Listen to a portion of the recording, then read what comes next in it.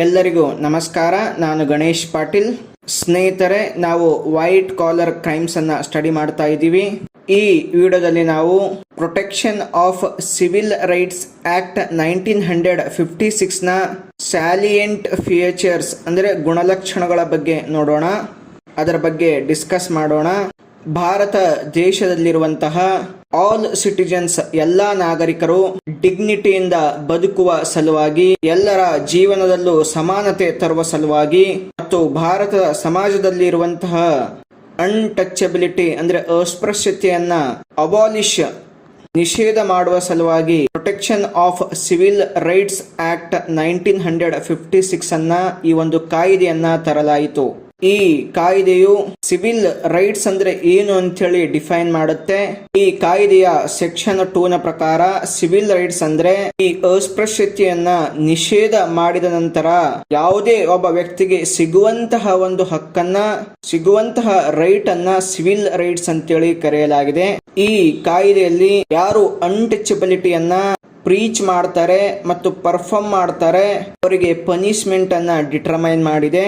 Indian constitution ಭಾರತದ ಸಂವಿಧಾನದಲ್ಲಿ ಕೂಡ ಆರ್ಟಿಕಲ್ 17 ನಲ್ಲಿ ಈ ಅನ್ಟಚಬಿಲಿಟಿಯನ್ನ ಅಬಾಲಿಷನ್ ಮಾಡುವಂತಹ ಒಂದು ಪ್ರೊವಿಷನ್ ಇದೆ.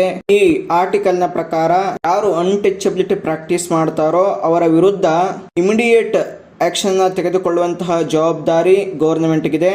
ಯಾಕೆ ಅಂತಂದ್ರೆ ಆ ಬಡ scheduled cost and scheduled tribe ನ ಜನ ಮೇಲೆ ಆಗ್ತಾ ಇರುವಂತಹ ಶೋಷಣೆ ವಿರುದ್ಧ ಹೋರಾಡೋದಕ್ಕೆ, ತಮ್ಮ ರೈಟ್ಸ್ ಗಳು ವೈಲೇಷನ್ ಆಗ್ತಾ ಇರೋದಕ್ಕೆ, ಬೇಸಿಕ್ ರೈಟ್ಸ್ ಗಳನ್ನು ಕೂಡ ಎನ್ಫೋರ್ಸ್ ಮಾಡೋದಕ್ಕೆ ಕೋರ್ಟ್ಗೆ ಬರೋದಕ್ಕೆ ಸಾಧ್ಯ ಆಗೋದಿಲ್ಲ. ಆದ್ದರಿಂದ ಈ ಜನರ ಜವಾಬ್ದಾರಿಯನ್ನ ಸರ್ಕಾರವೇ ತೆಗೆದುಕೊಳ್ಳಬೇಕು ಅಂತ ಹೇಳಿ ಈ ಆರ್ಟಿಕಲ್ ಹೇಳುತ್ತೆ. ಈ ಒಂದು ಆರ್ಟಿಕಲ್ ನ ಆಧಾರದ ಮೇಲೆ protection of civil rights act 1956 ಅನ್ನ ತರಲಾಯಿತು.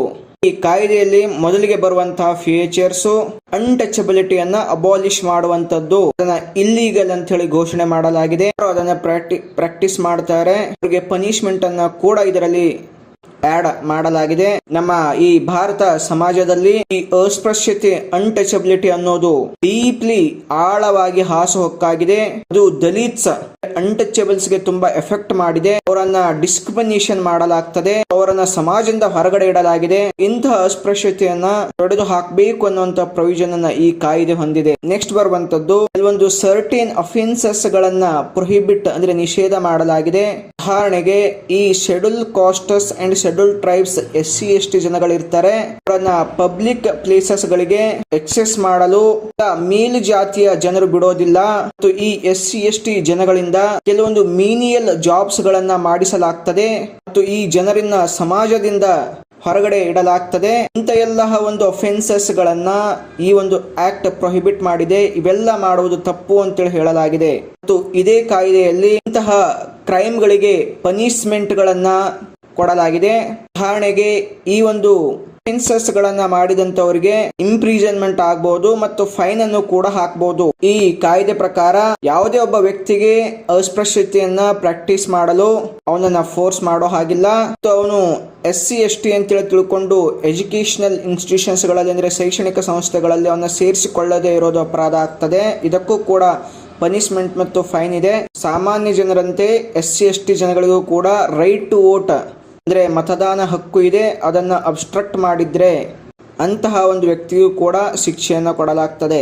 ಈ ಕಾಯ್ದೆಯಲ್ಲಿ ಬರುವಂತಹ ಕ್ರೈಮ್ ಗಳನ್ನ ಮಾಡಿದವರ ವಿರುದ್ಧ ಟ್ರಯಲ್ ಮಾಡುವ ಸಲುವಾಗಿ ಸ್ಪೆಷಲ್ ಕೋರ್ಟ್ಸ್ ಗಳನ್ನ ನಿರ್ಮಾಣ ಮಾಡುವಂತಹ ಪ್ರೊವಿಷನ್ ಗಳನ್ನು ಕೂಡ ಹೊಂದಿದೆ.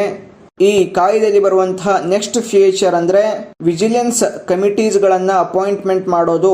ಒಂದು ಪ್ರೊವಿಷನ್ ನ ಪ್ರಕಾರ ವಿಜಿಲೆನ್ಸ್ ಕಮಿಟೀಸ್ ಗಳನ್ನ ಅಪಾಯಿಂಟ್ ಮಾಡಲಾಗ್ತದೆ.